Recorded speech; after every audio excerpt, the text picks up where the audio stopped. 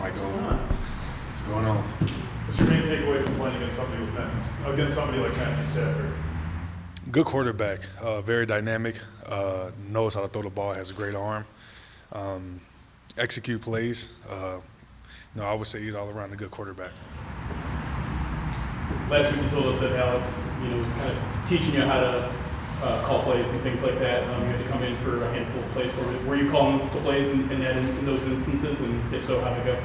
I was actually echoing the calls with Alex, something we got going on now. He always reminds me that, hey, help me with the call, and I do that. Went good. Communication is key.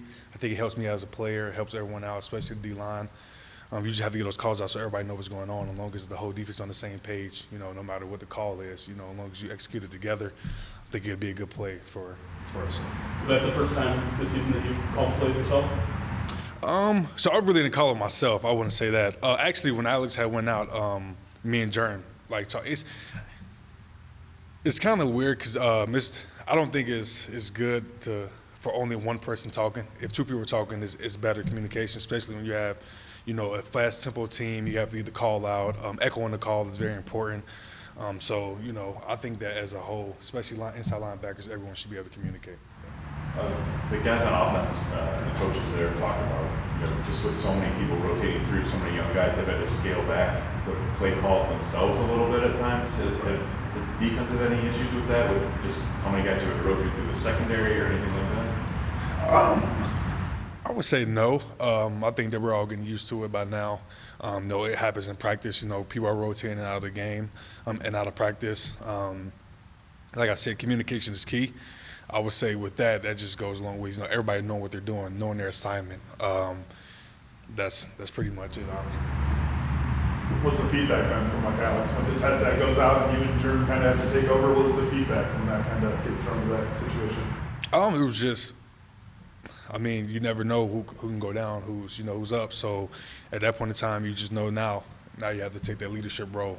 You have to make sure you get the calls out, make sure you're communicating, make sure you know the right calls, when to, move fronts, different things like that. And that's what just coming from, like I said, Alex telling me, like, hey, you have to make these calls because you never know what can happen. So just teaching yourself that in practice and walkthroughs, wherever it is, and then when it gets in the game and situations like that happen, and you know what to do. So. Is this a desperate team right now? What do you mean by that? Well, winless right now, one game before the bye. People want to get a win and then have that good feeling going into the bye.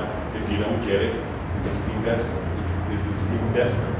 We're definitely desperate for a win, and we're doing everything in our power to get a win. We're focused on the small things. We're being coachable. We're staying hungry. I think that's one thing that, our team does is, even though we're 0-7, we come back each week and work harder and harder. And, it's those small things, penalties, things like that we can eliminate. And we're definitely feeling like, we have a good chance this week, and we're going to do everything we can to come out with a win. How good does it feel that other parts of the team maybe helped you? Last week, special teams stepped up. That had to give everybody a good feeling. Yeah, it was good. Special teams did a phenomenal job. We worked on all those things in practice, and Coach said he was going to do them. And, he wasn't lying, and we came out there at the beginning of the game and did everything we said we were going to do, and we executed it, and it worked, And the guys on special teams, you can't thank them enough. Everybody did their job, played their role, and it was successful. So. You're halfway through your rookie season already. Does it feel like it's already been a full season? And what do you think you've learned the most so far?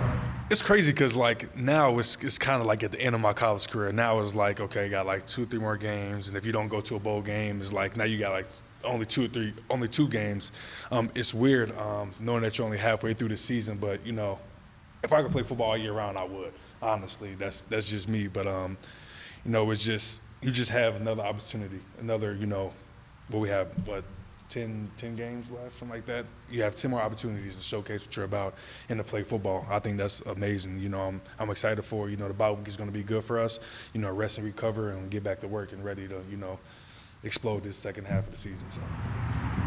What's a guy like Julian Okwara do for your defense? Seems like he's really sort of come on, especially with just the ways Coach Lunt's been able to use him and pass rushing lately. Yeah, he's a very versatile player. He reminds me of the role I used to play when I was in college, kind of a defensive end, can drop, in the coverage a little bit, he can rush the passer. He's a versatile player, he has speed, he's very athletic, he brings a lot to this defense, the coaches are utilizing him in in good ways. And I know he's excited to be on the field and kind of get to play a little bit of different things this game. And I'm pretty sure he's excited about the situation. So he brings a lot to the team. We're excited to have him out there on the field.